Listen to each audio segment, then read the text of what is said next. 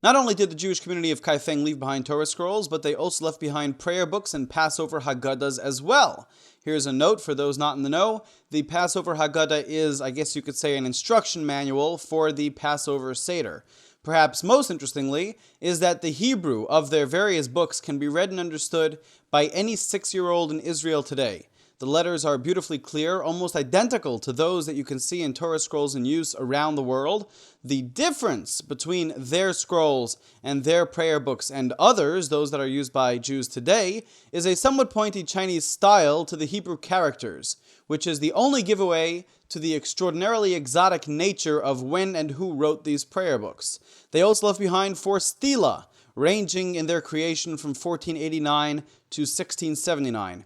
These are 4 large stone blocks written in Chinese, which were posted at the entrance to their synagogues, giving over the history of their community from Adam through Abraham, Isaac, and Jacob, also known as Yitzuloye on the stones, through Ezra, on to those who came to China who apparently brought a gift for the local rulers and were allowed to settle in China, or at least so the stones claim.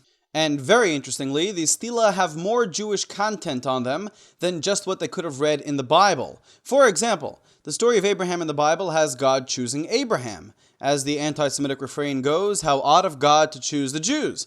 But the Jewish response, naturally, I don't mean any real Jewish response, but so to speak, the Jewish response could be, it's not so odd, the Jews chose God. And that is the Jewish take on Abraham, that Abraham wasn't chosen arbitrarily by God, because God was a racist, and God therefore just chose this person for no reason, but that Abraham chose God, and that the story between Abraham and God did not begin where the Bible starts it off, where God tells Abraham, get up and go, leave the land of your father, and go to the land that I will show you, which is, of course, Palestine. Go to Palestine. The Midrash, Jewish tradition, has Abraham searching for truth and discovering it in the one truth, one reality, one God, monotheism. And according to the Chinese Jewish stela, also, they have that story of Abraham discovering God and not of being chosen prior to any discovery. The stela also make clear that God is incorporeal, that God has no body, does not exist even, like we speak of physical existence. But also, of course, they'd say that God does not exist. God is beyond the term existence and cannot be discussed in such a way. They define God very simply and philosophically as truth.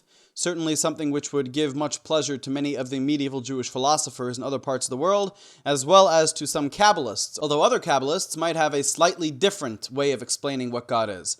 In any event, interestingly, the stela also address the focal point of the Jewish prayer, the Shemona Esrei, which means the 18 for the 18 blessings. It's actually 19 blessings, but the 19th blessing was only added recently, around 2 millennia ago.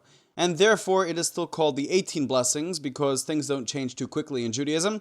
It's also called the Amidah because we stand for this prayer, which is what the word Amidah means. They say that at the end of the Amidah prayer, one takes 3 steps back, followed by 5 steps forward. The 5 is pretty unique to the Jews of China, and that all of this is followed by a triple bow. A bow to the left, to the right, and straight ahead, which is similar to all other Jewish communities around the world that do so to this very day. The bow straight forward, of course, is to God. What about the bows to the right and to the left? Well, according to Jewish literature, the bow to the left is a bow toward the angel on God's right, and the bow to the right is a bow toward the angel on God's left, which sounds rather dangerous because the Jewish tradition is certainly not much in tune with bowing down to angels. Certainly there are some Kabbalists who assign very prominent places to various angels in our devotions, but most Jews get rather queasy at the thought of any great veneration to angels or to any power other than God, and therefore would prefer a philosophical, theological, or emotional rationale for the bowing to the angels on God's right and left at the end of the Shemona Esrei prayer.